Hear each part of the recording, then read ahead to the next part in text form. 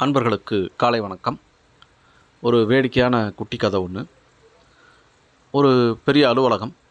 அந்த அலுவலகத்தில் பார்த்திங்கன்னா, ஒரு நாள் பக்கத்தில் இருக்கிற காட்டிலேருந்து ஒரு புலி ஒன்று உள்ளே வந்துடுது நைட்டில். புலி உள்ளே வந்துட்டு எங்கே போகிறதுன்னு தெரியல. அதுக்கு ஒரு பெரிய குடவுன் மாதிரி இருக்குது. பழைய பொருட்கள் அந்த இதெல்லாம் போட்டு வச்சுருக்காங்க. அந்த குடவுனில் போய் ஒழிஞ்சிக்குது அது. இப்போது கொஞ்ச நாள் அடுத்த நாள் காலையில் எல்லோரும் அந்த அலுவலகத்துக்கு வராங்க கம்பெனிக்கு. அந்த கம்பெனியினுடைய பெரிய மேனேஜர், ஜென்ரல் மேனேஜர், அவர் அந்த பக்கமாக போகிறாரு. அந்த குடோன் வழியாக அதுக்காக போகிறாரு. போகும்போது அந்த புலி அவரை பார்த்துருது, அடித்து சாப்பிட்ருது அவரை. கம்பெனியில் பார்த்தீங்கன்னா, ஜென்ரல் மேனேஜர் எங்கே இன்றைக்கி வந்தாரா வரலையா அப்படின்னு எல்லோரும் கேட்குறாங்க. வந்தார் தெரில, வந்தாரோ போனாரோ தெரியாது நமக்கு அப்படின்றாங்க. ஒரு பெரிய விஷயமா யாருக்கும் தெரியல, விட்டுட்டாங்க அப்படியே. அடுத்த நாள் பார்த்திங்கன்னா, கம்பெனியினுடைய மேனேஜிங் டைரக்டர் அவர் அந்த பக்கம் போகிறாரு. அவரையும் அந்த புலி அடித்து போட்டுடுது. அதுக்கப்புறம் பார்த்திங்கன்னா, அவரையும் யாரோ தேடுறாங்க. மேனேஜிங் டைரக்டர் எங்கே இருக்கார், எந்த ஊரில் இருக்கார் தெரியலையே, அவர் இங்கே இப்போ இந்தியாவில் தான் இருக்காரா என்ன தெரில, அது தெரில, நமக்கு விட்ருங்க, நம்ம வேலையை பார்க்கலான்னு எல்லோரும் பார்க்க ஆரம்பிச்சிட்டாங்க.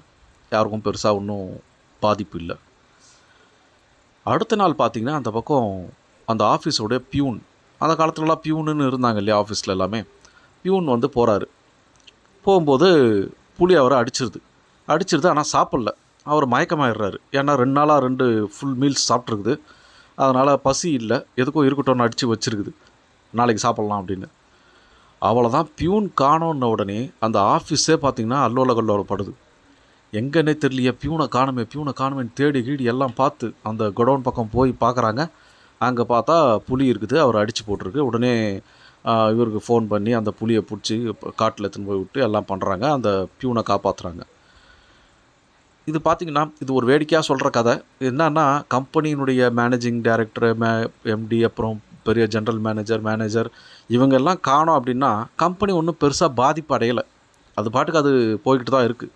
ஆனால் பியூன் காணோம் அப்படின்னா அவ்வளவு பெரிய பரபரப்பு, அவ்வளோ பெரிய விஷயங்கள் தேடி கண்டுபிடிச்சிட்டாங்க. ஏன் அப்படின்னா, அந்த பியூனுடைய என்ன சொல்கிறது, பியூனுடைய வேலை அந்த மாதிரி. அதாவது பார்த்திங்கன்னா, எல்லாருக்கும் உதவுறது, எல்லாருக்கூடையும் பழகிறது.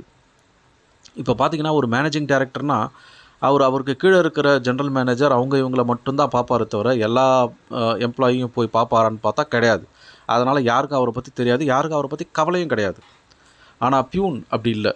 பியூன் பார்த்திங்கன்னா எல்லார்கிட்டேயும் பழகணும், எல்லாரை பற்றியும் தெரிஞ்சு வச்சுருக்கணும். அந்த பியூனை பற்றியும் எல்லாருக்கும் தெரியும். ஒரு நட்போடவோ ஒரு விஷயத்தோடவும் தான் இருந்தால் தான் அந்த பியூனுக்கு அந்த இடத்துல வேலை.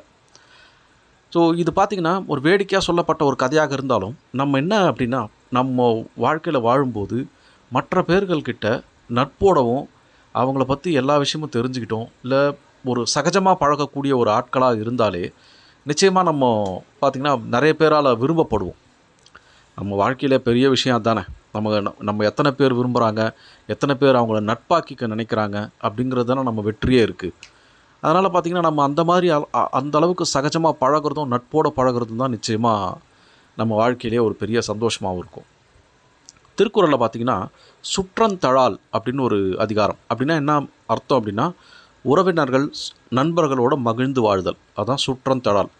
அதாவது நம்மளை சுற்றி இருக்கிறவங்களே நம்ம விட்டுறக்கூடாது அப்படிங்கிறது தான் அந்த அதிகாரத்துடைய பொருள். அதில் ஒரு குறளில் சொல்கிறாரு, அளவளாவு இல்லாதான் வாழ்க்கை குளவளா கோடின்றி நீர் நிறைந்தற்று. அளவளாவு இல்லாதான் வாழ்க்கை, அதாவது சுற்றத்தார்களுடையும் நண்பர்களுடையும் மகிழ்ந்து வாழாதவனுடைய வாழ்க்கை, அவர்களை சந்தோஷப்படுத்தி தானும் சந்தோஷமாக இருக்கணும். அப்படி இல்லாதவனுடைய வாழ்க்கை எதற்கு ஓமை சொல்கிறார்னா, குளவளா கோடின்றி நீர் நிறைந்தற்று. கோடுனா கரை. ஒரு குளத்தில் கரைன்னு ஒன்று இருக்கணும். ஆறாக இருந்தாலும் குளமாக இருந்தாலும் ஒரு கரை இருக்கணும். அப்படி கரையே இல்லாத ஒரு குளம் அப்படின்னா அந்த குளத்தில் இருக்கிற தண்ணியெல்லாம் என்ன ஆகும், வீணாக வெளியில் தான் போகும். அது மாதிரி நம்மளுடைய வாழ்க்கையும் சுற்றத்தார்களுடையும் நண்பர்களுடைய மகிழ்ந்து வாழலைன்னா நம்மளுடைய வாழ்க்கை கரை இல்லாத குளம் போல் வீணாக போயிடும் அப்படின்னு சொல்கிறார்.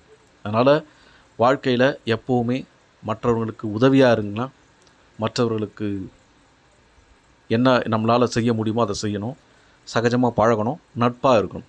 அதுதான் வாழ்க்கையினுடைய நோக்கமாக இருக்கணும். அளவலாவு இல்லாதான் வாழ்க்கை குளவளா கோடின்றி நீர் நிறைந்தற்று. நாளைக்கு வேற ஒரு குரல் மூலமாக சந்திக்கலாம். நன்றி. உங்கள் அன்பன் ஸ்ரீதரன்.